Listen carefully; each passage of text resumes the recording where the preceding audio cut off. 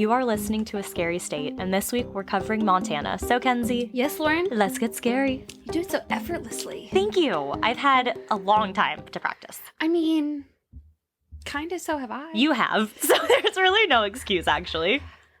I'll get there. You'll get there one day. It's almost part of my charm at this point. Oh, it's what makes you unique. Yes, and special. So I went to my cabin in the woods this past weekend. Oh, yes. How was your cabin in the woods? Okay. It was really fun. We had a really good time, but Joe and I got there before everyone else at like 4 o'clock, as is typical with this friend group. No, And- it's typical with you. Well, we were able to check in at 4, so we got there at 4. Everyone else got there like 7. What? Okay. In my defense, You said typical with this friend group, and they got there 3 hours after you did. Yes, they're always late.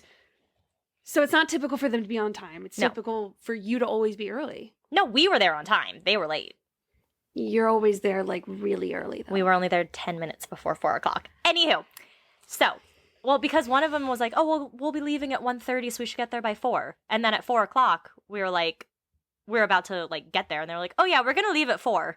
When we went to go dress shopping for your wedding, Yes. and I told you that the place was like 15 minutes away, you picked me up 40 minutes early. It's a problem. Like, it's a problem. I know. I'm just always early. I don't like being late. It really...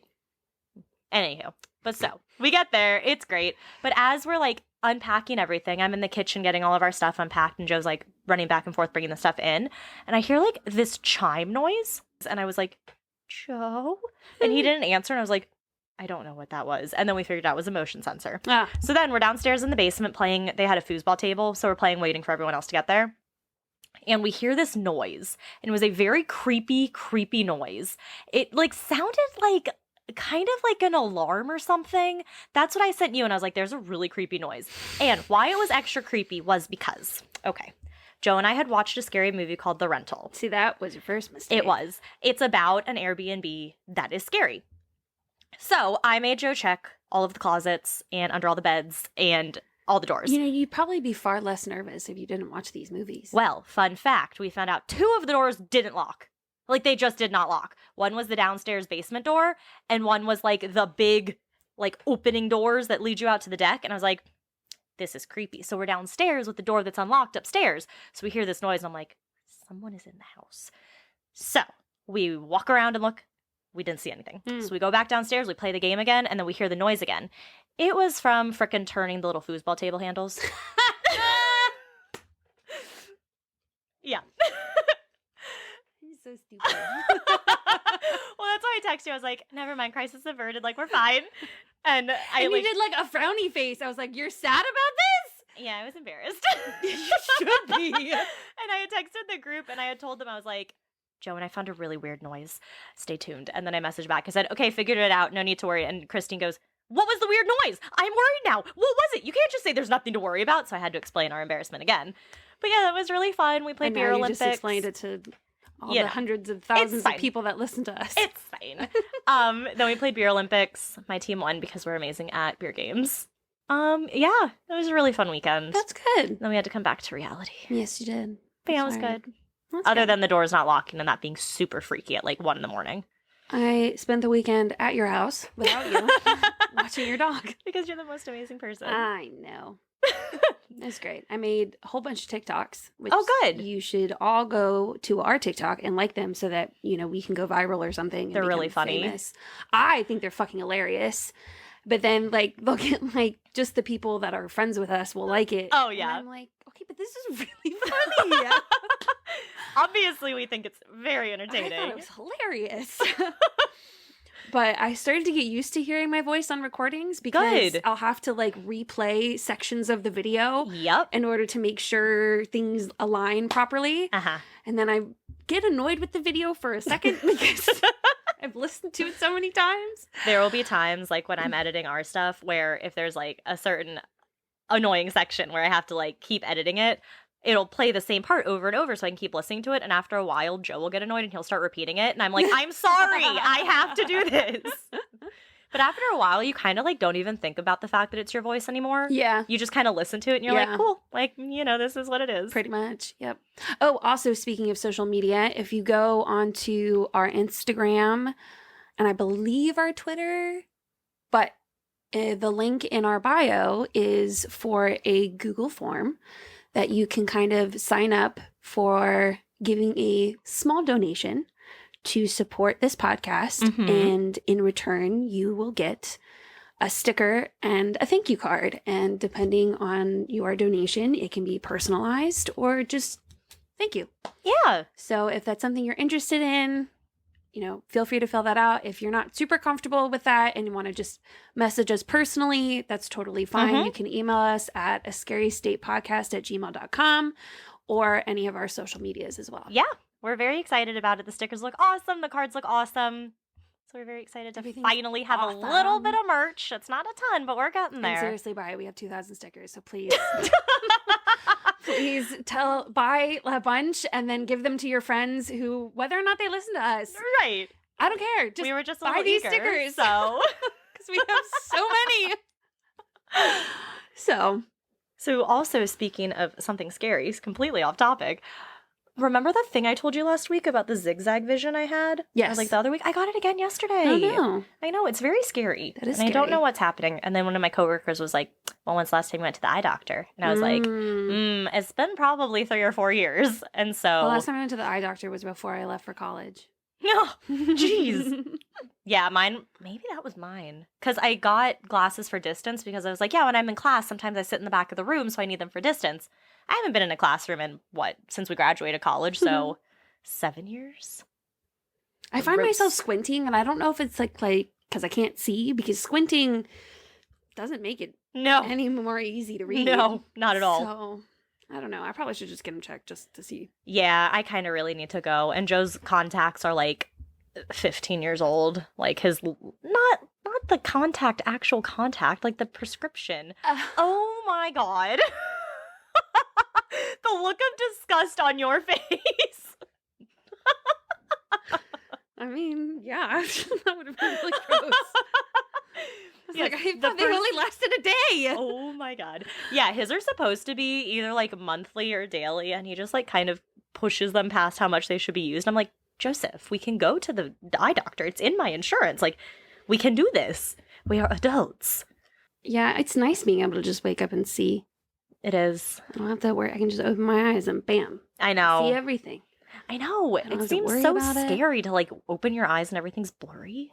Yeah, that's weird. I feel really bad for glasses and contact wearers. I also just find it hilarious that like having eye issues is like a separate, like the glasses aren't covered. Right. And Mhm. it's like this whole, and it's like, it's not like someone stabbed themselves in the eye. Right. Like it's not their, like it's a perfectly valid health condition. Uh-huh. It's just because it's not everyone that has to deal with it. Exactly. And I'm like, that's stupid. Just like orthodontal things and dentist things. right. Well, anywho. Anyway, You want to tell us about Montana? I'd love to tell you about Montana. So people have lived in Montana for more than 12,000 years. And to appreciate Montana's size, you could fit Delaware, Pennsylvania, New York, Maryland, Virginia, and DC all into Montana. I bet you can't believe why I would include that fact. So what that means is you could take the states of Delaware and Pennsylvania, New York, Maryland, Virginia, and the city of DC Mm-hmm. and all put them inside the state of Montana. See, I didn't need to include that in the notes because I knew you'd be so kind to explain that for everyone. You know what? Just in case anyone wasn't sure what that meant. We got you covered. Oy vey. All right. Montana is estimated to have 1,800 grizzly bears, which, fun fact, the roller coaster Grizzly Bear, Yeah. or the Grizzly or whatever it In is. King's Dominion? Yeah. That was the last roller coaster I ever went on. Oh, Because that was like the last one before all the crap with my head. that's the one I feel like I almost died on. Huh. We would go at night for the Halloween, like Mhm. the haunt or whatever. And so it's dark back there and it's a wooden coaster. Sure. And so you go around and Yeah. there's no lights. Right. But because it's so old, I don't think the brakes work. So there's one turn that you go around and you're supposed to brake. Well, the one we were going on, it sped up. Oh, good. So we go flying down the first ramp. Our thing comes up a little bit and I just closed my eyes and I was like, this is how I die. And so I just closed my eyes and the ride ended and I said, Okay, so we're done with this one because that used to be our favorite one because it was dark and so Not scary. the Grizzly, the Rebel Yell, which is also a wooden roller coaster. It is also a wooden roller coaster, but it's not in the woods and creepy. No, but it does go backwards. It does, but that one seems to be broken often, so it never goes backwards. Yeah, it never goes. It hasn't gone backwards since like I was too young to want to go on a roller coaster backwards. Right. Now I don't want to go on them at all. I also haven't been to King's Dominion since before COVID. You know, it sucks because like I actually liked roller coasters. Yeah. You know, and it was like the one height thing I could do because it was so fast. Yeah, by you're the not time like that, figuring out your height. You were up there and you didn't have like it's not like water slides, which I like water slides, but the problem with water slides is that you have to climb. You have to climb up, and then it sometimes sways. There was one time my sister and I went to a water park in Florida, and we were climbing up the stairs. And I felt so bad. We get to this one point where it's like kind of like a mini bridge, but it, like more like a cement landing. Like it's not like a bridge. But I refused to cross it until there was enough space for me to stand on the other side. Oh no, that's perfectly valid. But all the people behind me, like the line was not moving because I would not stand in the middle of that bridge. I mean, I don't blame you. I wouldn't have done that either. And then by the time we got to a certain part, there was like a bird that flew by. And so I closed my eyes and told my sister she had to lead me to the rest. I couldn't do it. I was freaking out. Well, yeah, you're as high as birds. And so it starts off where one of you is backwards. And I said, well, you're going to go backwards. That motherfucking raft spun itself around and I was backwards the whole way. That's always how it goes. I was so pissed. I was so mad. But yeah. Anyway, Grizzly Bears. See? Tangents. Oh. People are going to know everything about our life. Oh, yeah. We know it. They can weigh anywhere between 396 and 800 pounds. Huh. They are the most aggressive type of bear.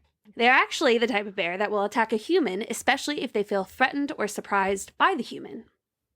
I also feel constantly threatened and surprised by humans. So,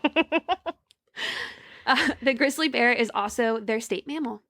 So it's like this super aggressive, scary thing, but they're like, state mammal. So, not sure if nobody realized this but I did. But I see on here you have something about the flag. And it made me think that for our Instagram posts, when I put like the flag and then the map, Oregon, Kansas, and Montana, all their flags are blue, and all of them have the state name written in yellow. Interesting. I was like so confused because I was looking at because I almost messed up the post too, and of course, I started typing in Montana when it was Kansas, and I was like, "That's odd." Like I thought, no, we just did that because Oregon also has its name on it. Yeah.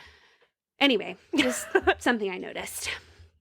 Montana is also home to about 8,000 moose. Or meese, if you will. Mm-hmm.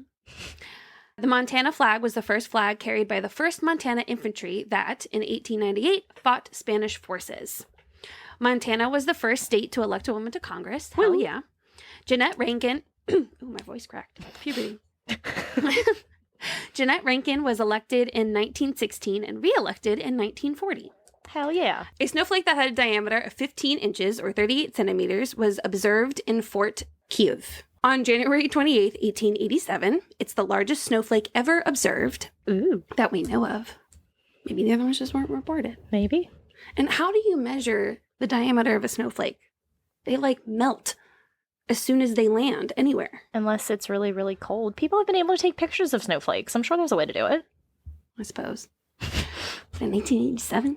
Yeah. Anyway. Chlorofluorocarbon. Chlorofluorocarbon. All right.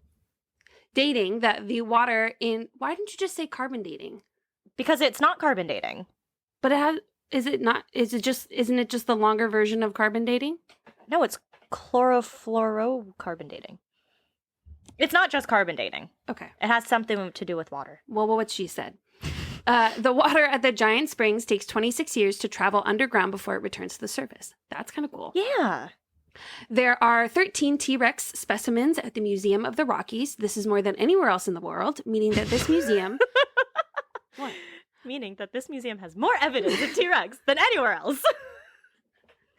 So what that means is, if you were to go to any other museum, anywhere else in the world that had dinosaur bones, it would not have as many T-Rex specimens as this one. just in case you weren't sure what that meant. So within the span of 24 hours, the city of Loma had the greatest temperature change. It went from negative 45 degrees Fahrenheit, which is negative 47 degrees Celsius, to 49 degrees Fahrenheit, which is 9 degrees Celsius. That is a change of 103 degrees in 24 hours. That's kind of weird. Wild. Yeah.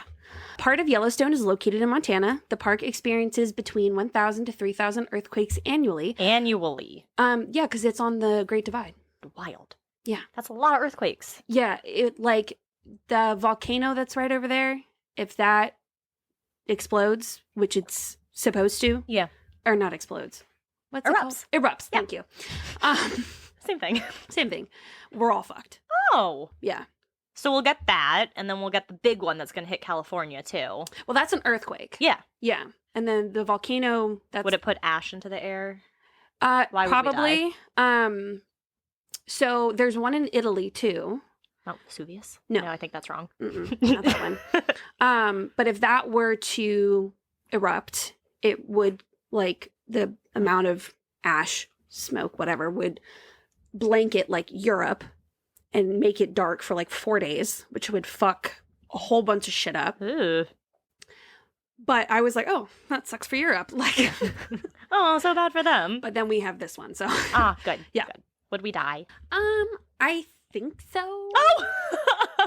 I don't remember. Like, I watched on Netflix, it had, like, the different type of, Natural disasters? yeah, and one of them was volcanoes, and I think it talked about this one, the one in Yellowstone or wherever it is over there, or Yosemite, wherever it is. I can't remember why they said it was problematic. Oh. We have things to worry about. It is also home to supervolcanoes. The deepest known cave in the continental U.S. is the Tears of the Turtle Cave. To get to the bottom, it will take you 5 hours, as it is 1,629 feet down. Hate it. I don't like caves. I don't either. I've had a bad experience. I know. We all know. Good. Just in case. This podcast I listened to, they were talking about how so many people will message them and be like, you guys already talked about this before. And they don't remember. Right. And I'm like, I can relate. Yes. Because I don't remember the things that I've said. Oh, yeah. No, I don't either. In the general conversation, let alone on this podcast. Mm-hmm. Oh, the first capital of Montana, Bannack, is now nothing more than a ghost town. Great Falls, Montana is known for its unusually high amount of UFO sightings. This website, WestphaliaDigitalNomads.com, listed a little warning for tourists coming to Montana. They warn that the wild animals are not pets. Don't feed them, take selfies with them, or just be stupid around them. Every year, stupid tourists get attacked. Is that where that guy was attacked by that bear? Remember that video that was like viral? Oh, I don't know. There were 2 bear attacks. I think I talked about it last time we covered Montana, but there were 2 bear attacks in the same area, like 1 year apart. So 2 bear attacks, which is wild, or like in the same week or something. I don't know. But it was some crazy thing about like bear attacks. You should watch the Netflix, you know how they have those like tape confession series? Yeah. They have one for the Unabomber. Oh, I'm sure they do. They like interviewed his like siblings. Ugh. It's interesting. Very interesting. Anyway, the Unabomber, Ted Kaczynski, moved into a little cabin in Lincoln where he started to conduct and plan for his bombing. Evil Knievel was from Montana. Who is that? The guy who did like the motorcycle tricks. Yeah, like Daredevil dude. Like it's one of those names I know of, but I have no idea what he's associated with. Daredevil-y things. Got it. L. Ron Hubbard, the founder of Scientology, spent part of his childhood in Montana. And that is Montana. Is Montana. Not to be confused with Hannah Montana. You gotta wonder how much people from Montana hated that. Hated Hannah Montana? Yeah.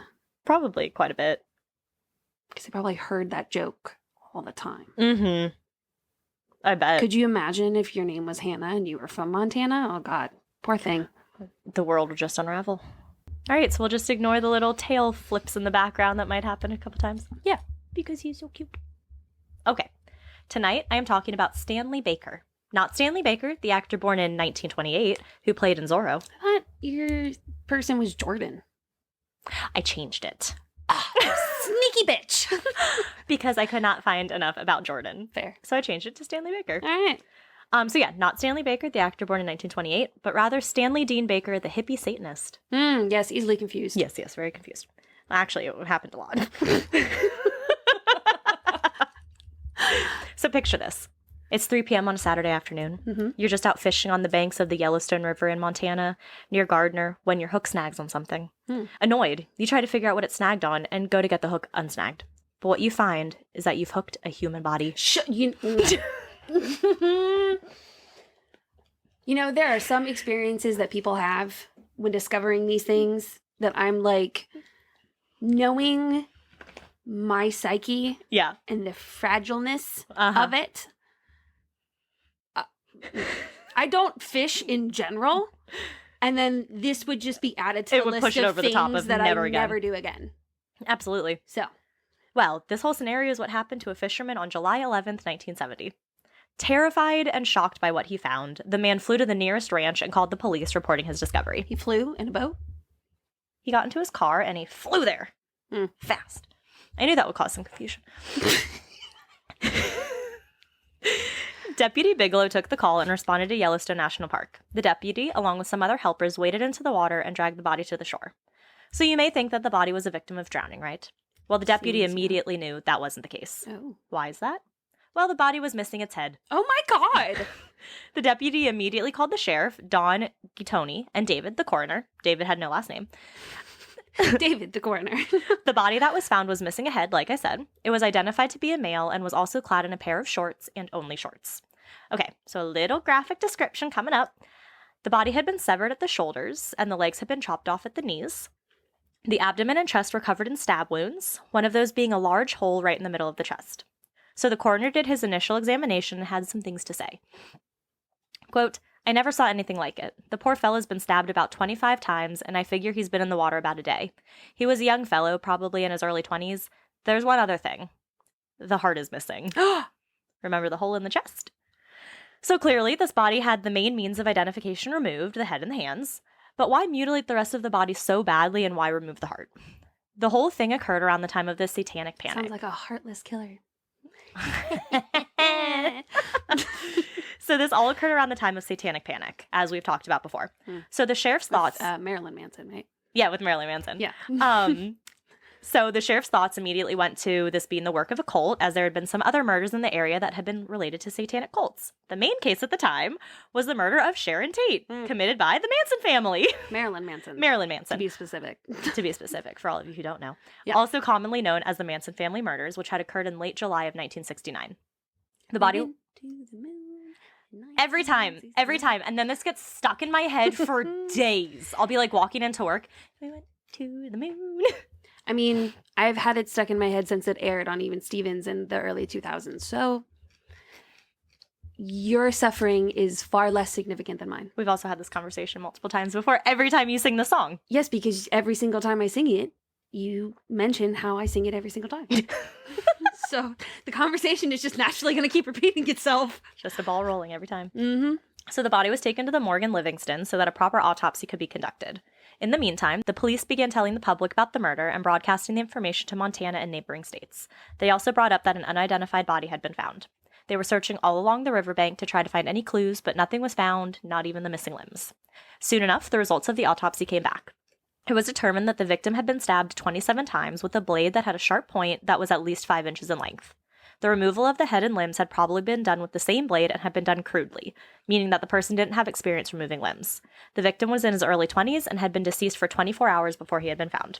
I gotta wonder if, like, maybe they removed the limbs in terms of transportation. We will get to it. We will see. I'm so smart. Even with the autopsy, this still left police with very little to go off of. All that was left to do at this point was wait until someone was reported missing, which came sooner than expected. That Monday, a missing persons report came in to the Livingston Sheriff's Office with a person who resembled the description of the torso. How do you resemble the description of a torso? So I knew you would ask that. So they figured based on the size of the torso, how much the person would have weighed and the height that the person would have been based on. Got it. All the measurements. Okay. So they knew what the person would look like. They have just identical torsos. It's amazing. Crazy. So this was 22-year-old James Michael Schlosser, who had been reported missing over 100 miles away in Roundup. I thought you were about to say 100 years. No. Schlosser was described as being 6 feet tall and weighing about 200 pounds, all of which did match the torso found. This report stated that he had set out alone that previous Friday to drive to Yellowstone Park in his 1969 yellow Opel Kadett sports car with black racing stripes. Ooh. But on Monday, when he didn't show up for work, his concerned coworkers called his landlady, who stated that Slosher, a young social worker, had not returned home yet from his trip. Sheriff Gattoni immediately put out an alert to keep an eye out for the car matching that description, as the car hadn't been found yet. On July 13th, 1970, the same day that the missing person report went out, California Highway Patrol received a call about an accident that occurred on a dirt road in Monterey County, California. And I want to say, I know we're in California right now. The main part of this, the murder, was found in Montana. True. So there's Montana.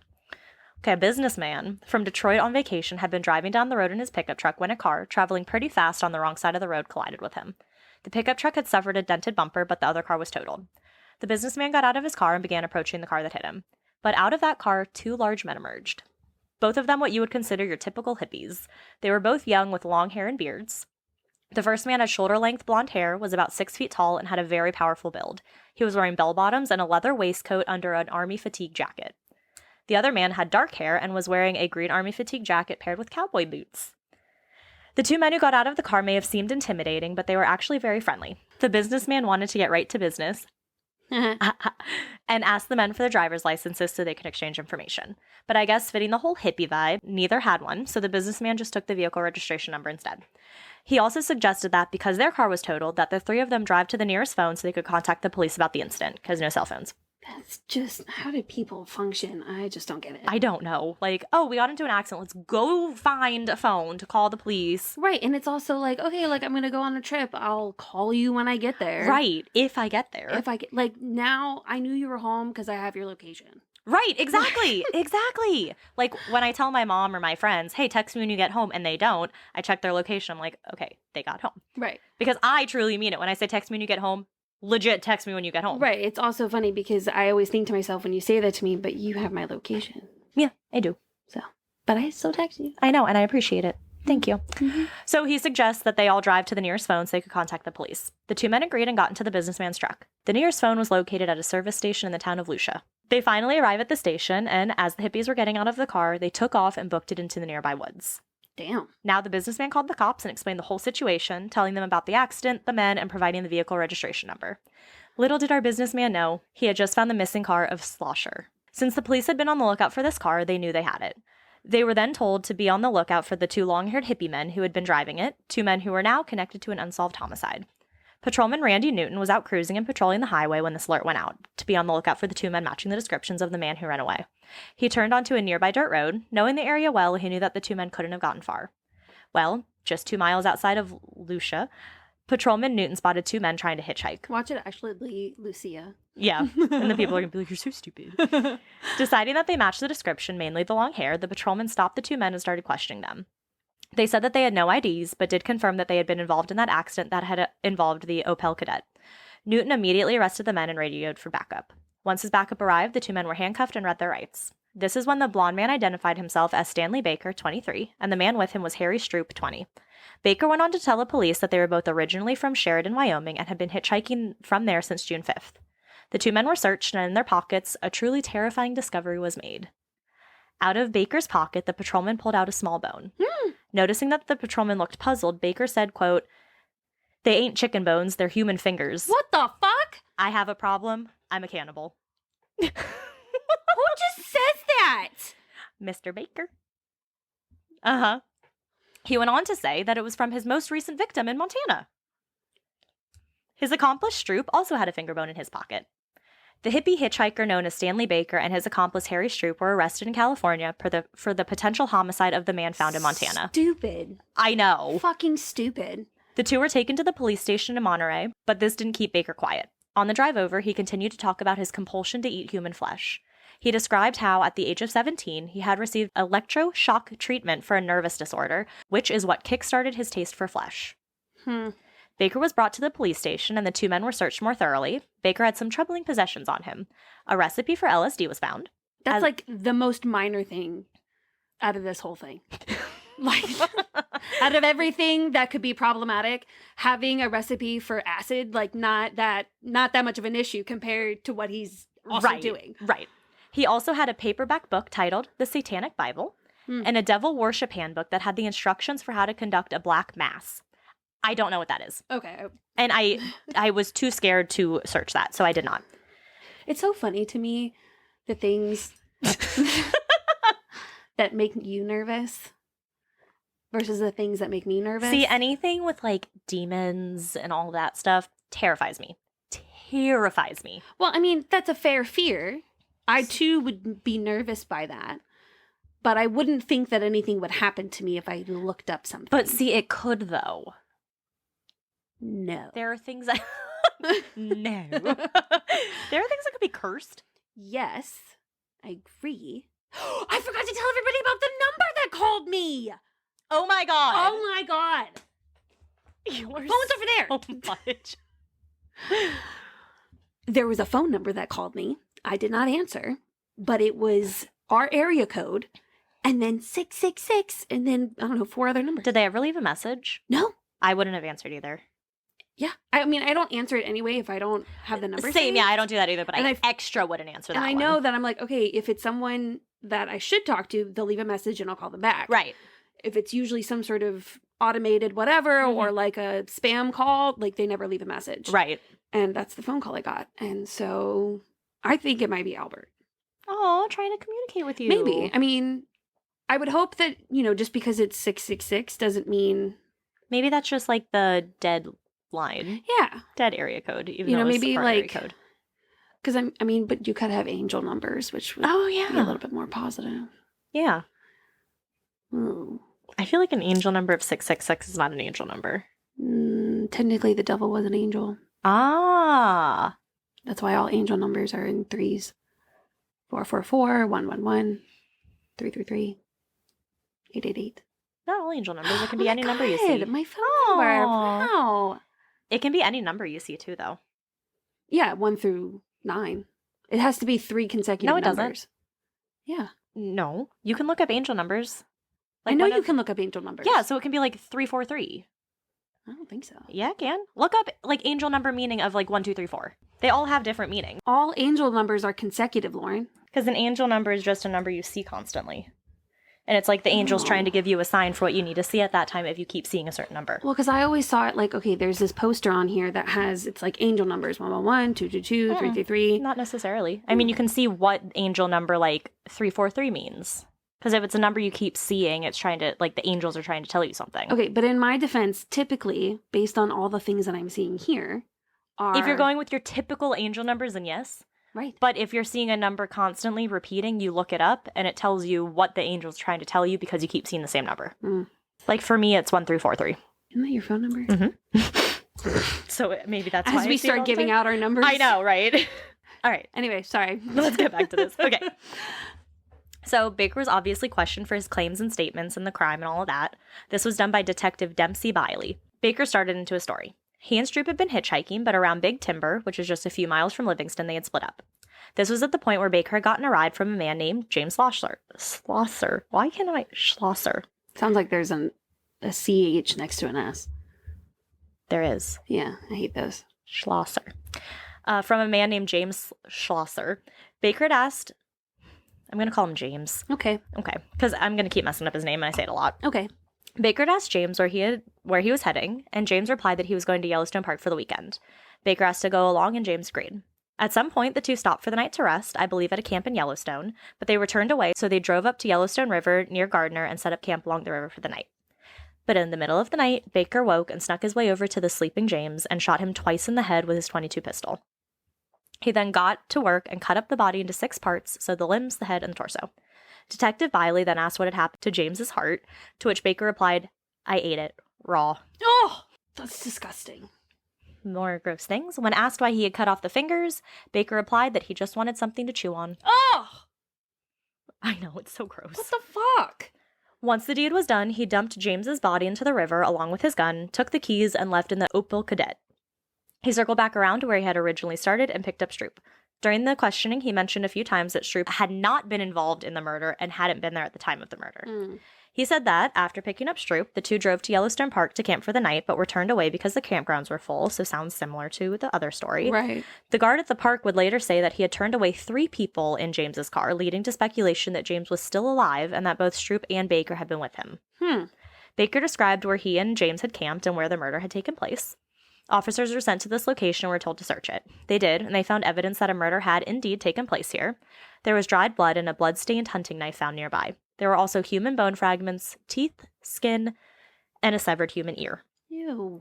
So here is where I just want to add something in. So Claire Bays was a neighbor of James. In an article written on the 45th year anniversary, Bays was interviewed and stated, quote, "The toughest thing about murder stories is that the victim is written out in the first few paragraphs." So I wanted to go ahead and describe him a little bit more. So she said, quote, "James Schlosser deserves more than a few kind words. He was a big, quiet, doughy kid with a quiet demeanor and thick eyeglasses. He was the kind of son who would call his dad on a Friday afternoon to say, 'Don't worry, I'm going fishing.'"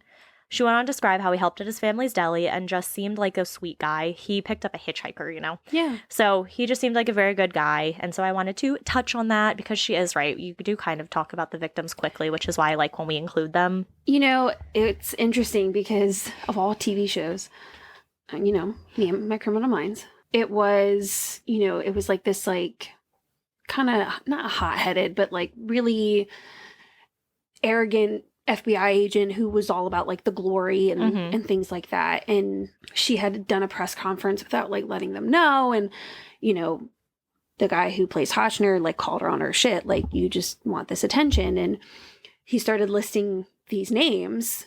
And she was like, "I don't know who that is." He was like, "No, of course not. But they're the names of the victims. Like, you always remember the killer because it's people like you that are glorifying them. You know, and so you remember all the names of, you know, these famous serial killers and things like that, but hardly ever do you remember the actual names of the victims." Yeah. Which I thought was a very good point for a fictional TV show. Oh, absolutely. So, yeah. yeah. So that's why I wanted to include it a little bit. Yeah.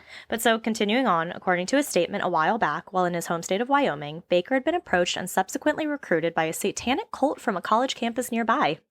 This is when Baker swore his allegiance to the Grand Chignon, or head devil, the cult master. So Grand Chignon, which I saw multiple times, different spellings, so that's just how I'm going to call it, Okay. was a part of the 4-Pi, P-I, sadly not P-I-E, movement, a homicidal group. So let me delve into this group for a moment because it was fascinating. I was going to say. So 14159. yeah. So I got this information from the book, Cannibal Serial Killer Profiles of Depraved Flesh-Eating Murderers, written by Christopher Barry D. and Victoria Redstall. Okay, so we have L. Ron Hubbard, who founded the Church of Scientology, a British breakaway group formed known as the Process Church of the Final Judgment. This group contained cells. Some of these cells were known as the 4-Pi, the Circle Order, and the Children. So 3 different cells. Those cells all paid homage to the Grand Master, also known as the Grand Chignon. So this part is what the book I mentioned says. Strictly going off of what the book says, I have no knowledge other than what the book says, so don't get mad at me. So trigger warning for animal stuff. So apparently, the 4-Pi cell had a fetish for German Shepherds and Dobermans. They would perform sexual acts with the dogs before sacrificing them. Yeah. And then left turn here. The 4-Pi also like to kidnap, rape, and sacrifice hitchhikers. You know, it's interesting that they say 4-Pi because 4 has nothing to do with pi. 4.15159. 3.14. Oh. Because 3.1415. Because Pi Day is celebrated on March 14th. yes. I did know that. All right, so a journalist named Ed Sanders actually encountered the satanic cult. He said their main thing was to lure young members from college campuses throughout the western half of the U.S. The group originally said it had 55 members, a large majority of those members being men and women in their early 20s. The group's leader was said to be a wealthy middle-aged businessman. He used his powers to force or compel the younger cult members to act as slaves and murder random targets, all in his command. Quote, "The central object of the cult was to promote the total worship of evil." So apparently during this time, the cult or 4-Pi movement was known to hold their meetings in the Santa Cruz Mountains, near where the original hit and run had occurred. Their sacrifices would usually end with the victim having their heart removed, which the cult would then share among themselves. Oh my God. Sound familiar? Yes. By 1979, the cult had spread across the country with evidence of over 1,000 members. Jesus. Son of Sam, David Berkowitz, had a fascination with German Shepherds and Doberman, and at one time professed membership to the 4-Pi cult. Isn't there like a whole thing that's why he did all the things that he did was Was the dog. Was like with, but it was like because of this cult that he was a part of or whatever. Maybe. There's something on Netflix. Charles Manson and his family. Not to be confused with Marilyn. Correct. I said correctly. Wow. And his family talked about having had contact with the 4-Pi movement before the Sharon Tate murder. It is said that some of his family even called him Grand Chignon. So Baker went on to say that he had committed other murders, all on behalf of the cult. He also talked about the human sacrifices that the group performed in the Santa Ana Mountains just south of LA. Santa Ana. Santa Ana. While being an open book and talking about murders and sacrifices, Baker confessed to another crime he had participated in, the murder of Robert Salem. Salem was a 40-year-old well-known lighting designer in San Francisco.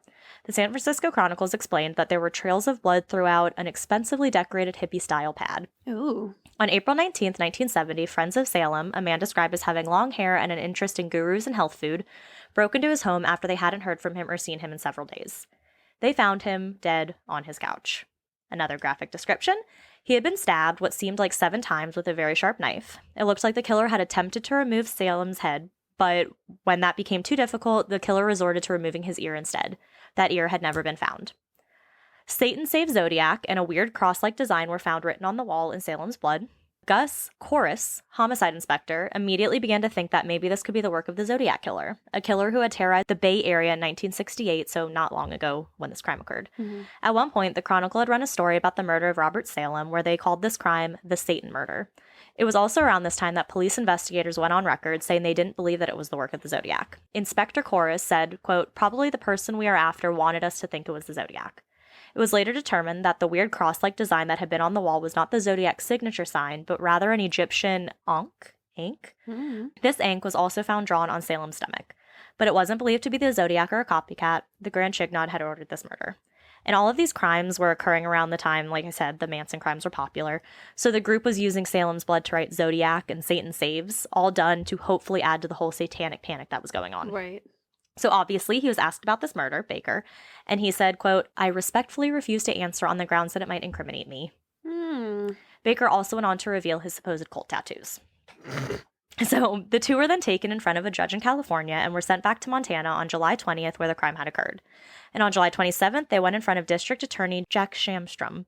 He remembers Baker as, quote, "a very proud, intelligent individual who could make a good impression if you didn't know his background." And what they said, I read too, was that Baker, up until this point, had never been arrested for a crime. He didn't even have any driving tickets. Like, interesting. He was just a clean dude. Huh. At least he hadn't been caught. That's true. The prosecution wasn't able to determine any motive for Baker's crimes apart from the apparent lust for human flesh. Brian Mariner, author of Cannibalism, The Last Taboo, wrote, quote, "But as we have seen from an examination of man-eating tribes in New Guinea and elsewhere, the eating of a slain foe symbolizes total conquest and total contempt for the victim, who is digested and then excreted." So it is believed that maybe the motive of the murder was envy. Baker saw this guy who had everything and was someone who had prospered within the system. So there's this guy, great guy, has a great job, great car, all this stuff. Baker has none of that. Yeah. While the trial was going on, Stroup remained silent. But Baker was the exact opposite. He claimed many things during the exact opposite. He claimed many things during his trial, one of them being that he was Jesus. He spoke about how he had been able to mind control Jimi Hendrix into taking an overdose, all while he was being held in a Montana prison cell. What the fuck? He also said that during the time of the murder, he had been under the influence of LSD. He did have that recipe. Right. There had been a thunderstorm in the mountains that night, and Baker had a vision that he was talking with the devil. That conversation and the LSD were the factors that led him to murdering someone. He also said that there were multiple times when he thought about killing Stroup, but, quote, "true friends are hard to find." Glad he has a moral somewhere. Right. So, of course, he recounted the whole Schlosser murder, spoke about his satanic cult connections, and spoke about his cannibalism. Evaluation had been done on the bones that had been in Baker's pocket, and the results were read during the trial. It was confirmed that those bones were from a right index finger of a human. The Livingston jury assigned to the case took only 37 hours to deliberate. Stroup was ultimately convicted of manslaughter and was sentenced to 10 years. Baker, who was the one who had actually admitted to the murder, was convicted of first-degree murder and was given a life sentence plus 10 days. The plus 10 days were added by the judge after Baker cursed at him, telling him to go bleep himself. It wouldn't tell me what the word was, but I think we can all assume. Yeah. Both men were to serve their sentence at Park County Jail.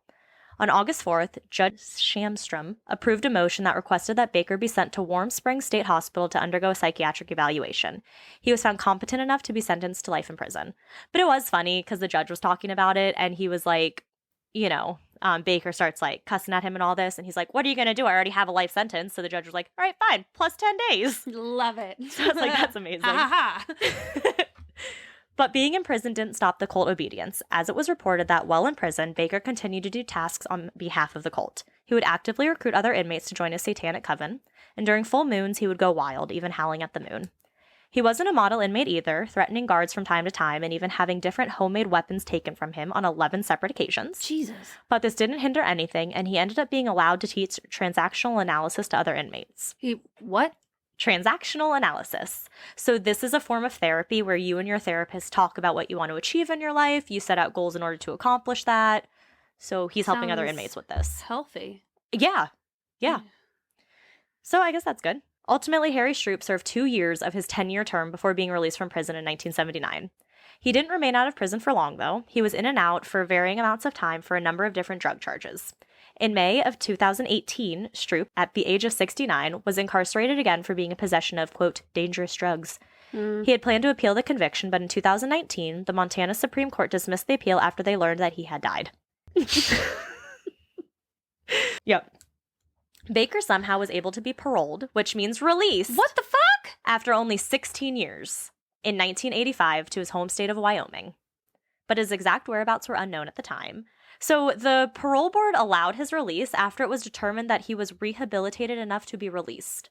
A murderer, a man who killed and chopped up and ate another man, was released back into the public. But in 2009, a story came out about Baker in the St. Paul Pioneer Press newspaper by Ruben Rosario. It mentioned that at the time of his release, in 1985, Baker had been working at a sporting goods store and was actually a top salesman. A tabloid-type TV show had found Baker and had interviewed him, which brought his past back up, and he had been fired from that job after the show was released. All this was like back in the 90s. Yeah. At some point, Baker later confessed that his crimes hadn't been motivated by that blood-drinking cult he had been a part of or any involvement with Satanism, but rather was just a result of his drug use. I mean, yeah. I don't know. He died on July 22nd, 1994 of liver damage. Liver cancer. So yeah, that's Stanley Baker and Harry Stroup. Wow. Yeah.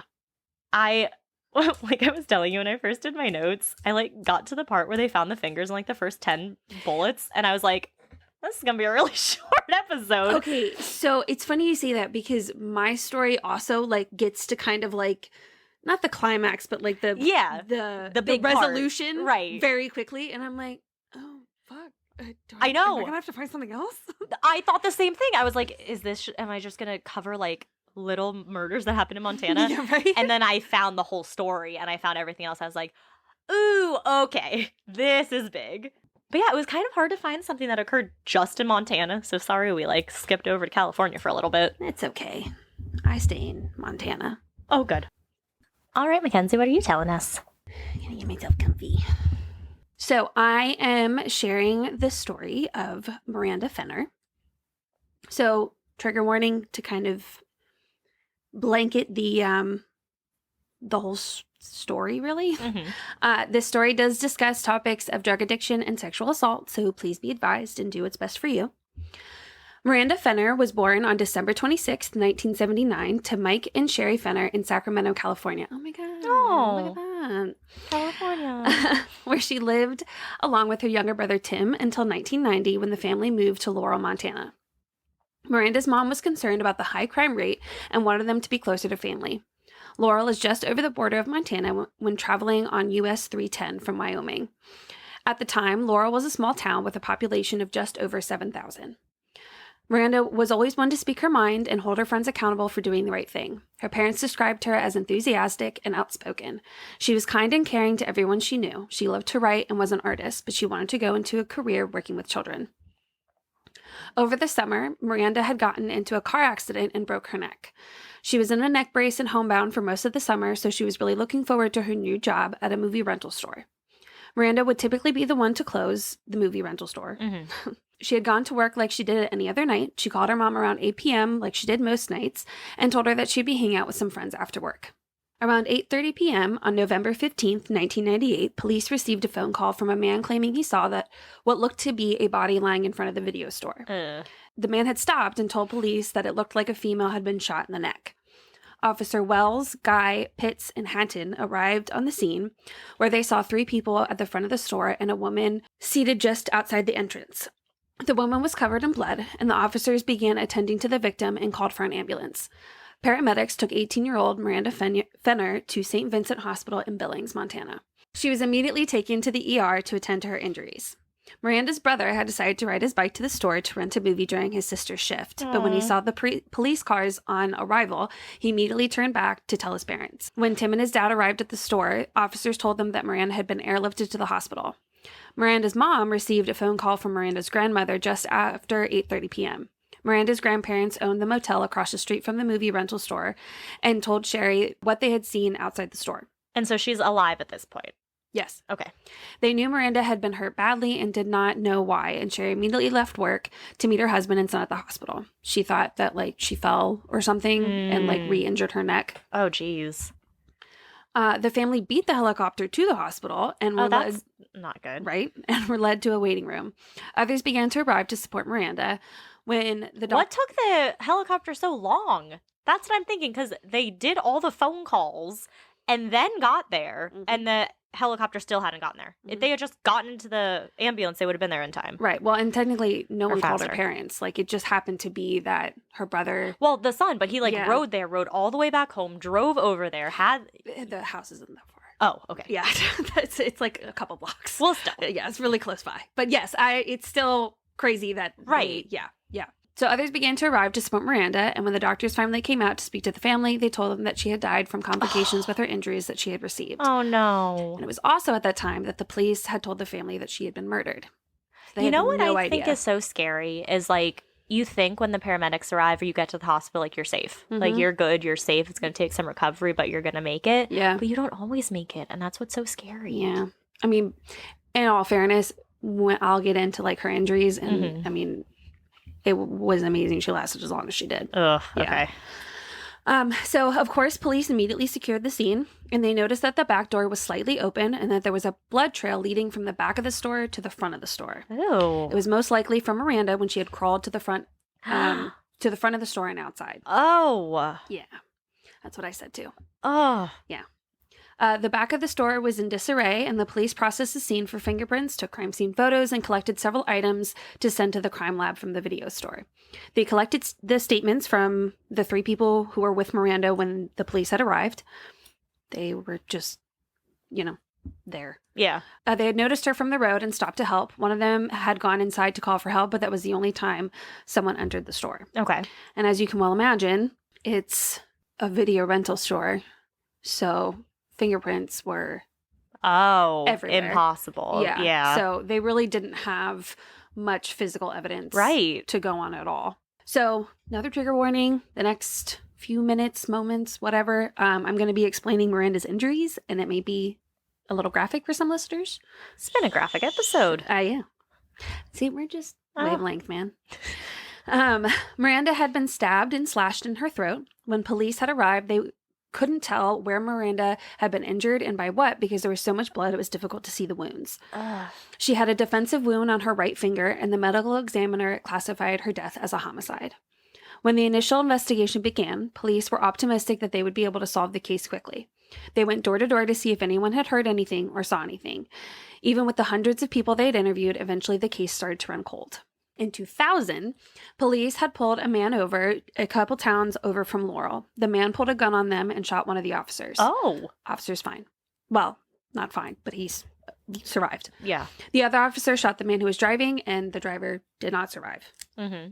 There was a rumor that this man was responsible for Miranda's murder, but when police investigated these claims, it was determined that the man wasn't even in Montana at the time. Oh, okay.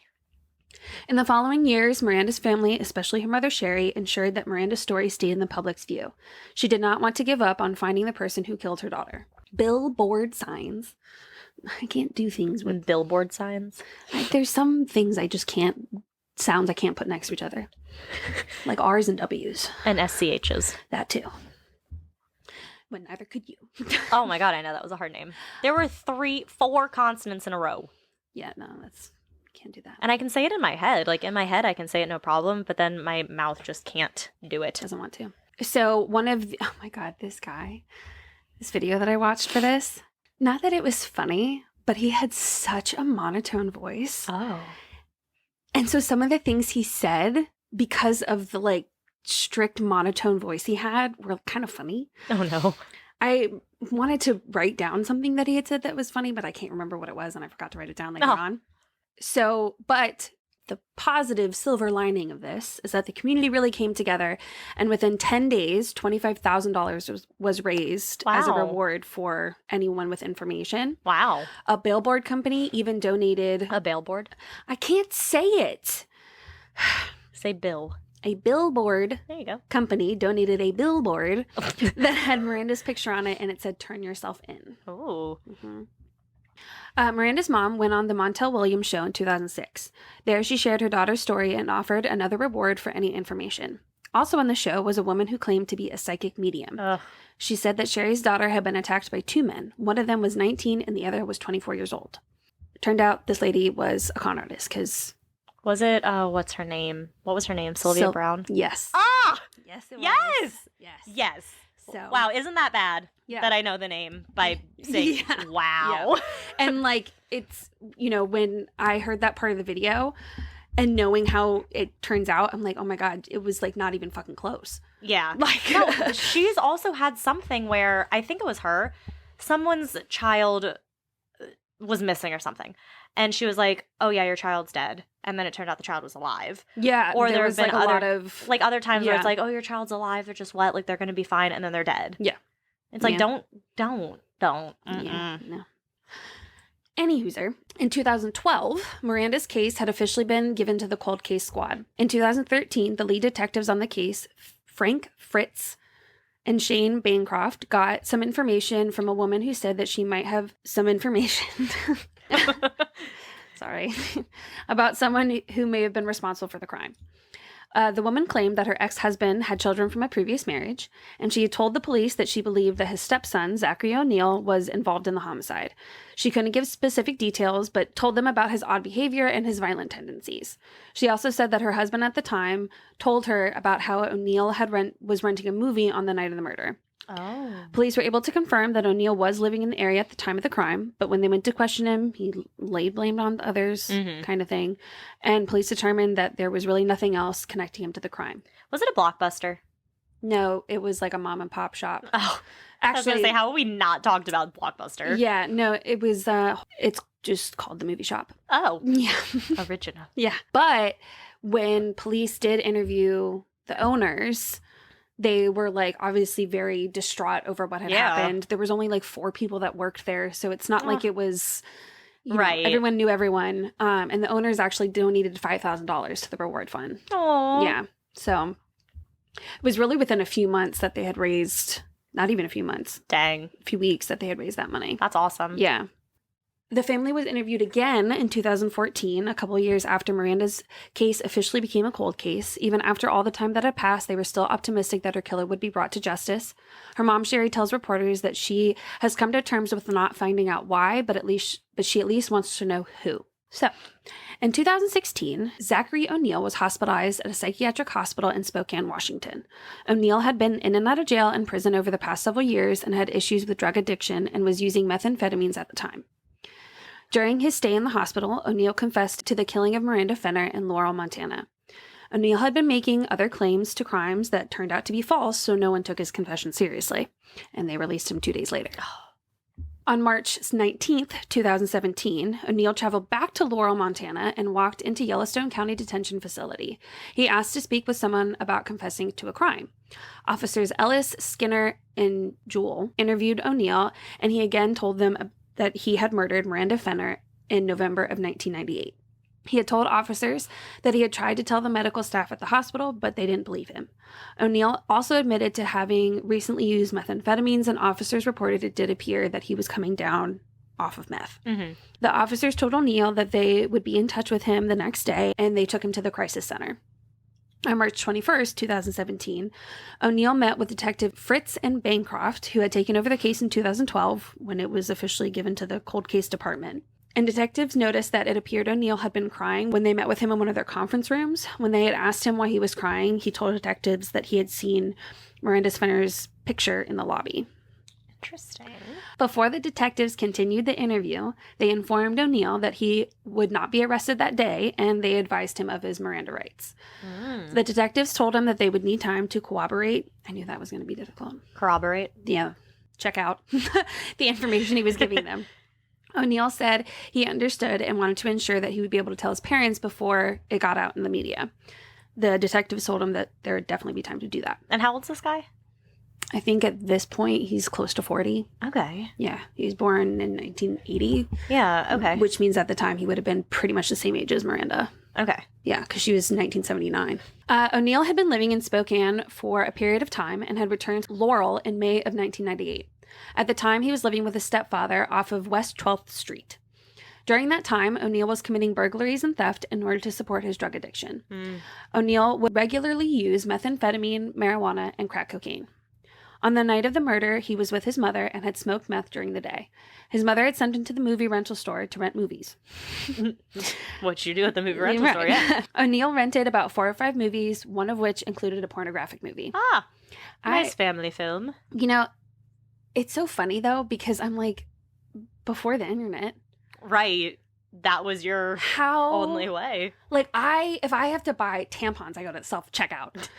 If I buy condoms, I go to self-checkout. Like, right. So that I don't have to make eye contact with anybody. So you just go, this is what I'm interested in. I would never have the balls to do that. No. Anyway, I probably have to be on drugs in order to have the balls to do that. Or maybe you'd have to have balls to do that. Touche. He told detectives that he was pretty sure he used cash when he rented the movies and described the car that he was driving that night. He rented the movies around 5:04 p.m. and reported that it was only him and Miranda in the store at the time.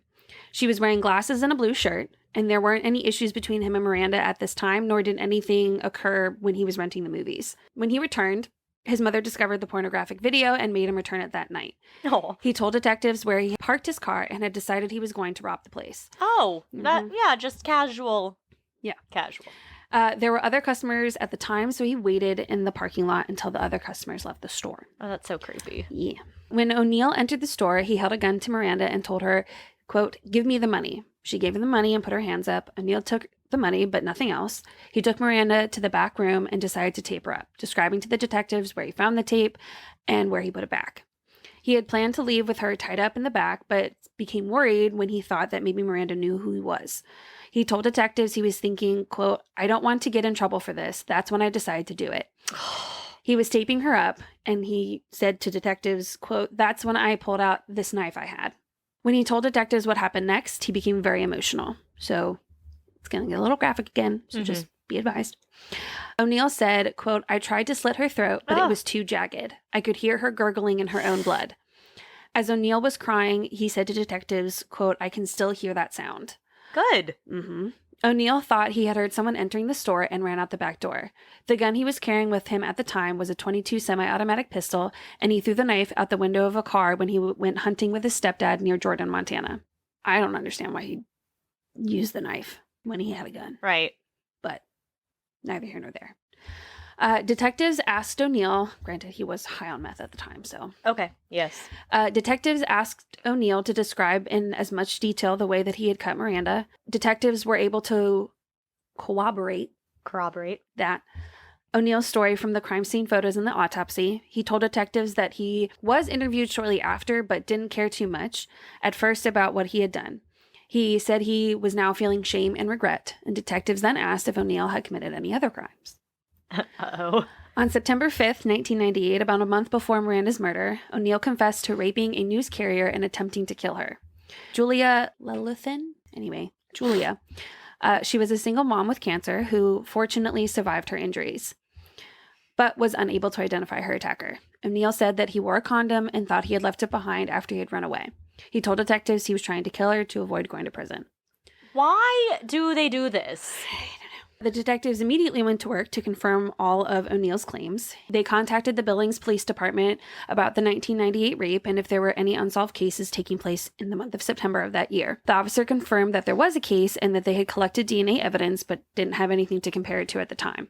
So detectives sent the evidence to their crime lab to be compared with O'Neill's DNA, and it was a match. Next, the detectives contacted witnesses who may be able to corroborate O'Neill's story. O'Neill had told detectives about a childhood friend who knew of what he had done. The detectives talked to this person. They didn't have a name. It was his initials, so I just keep saying person, friend, whatever. Yeah. He confirmed that he had known O'Neill since they were 12 and had stayed in touch over the years. The friend described O'Neill as having violent tendencies and could think of a couple of instances where that had occurred. The friend told Fritz and Bancroft that O'Neill had confessed to him about killing Miranda about 2 months prior to his confession to the police.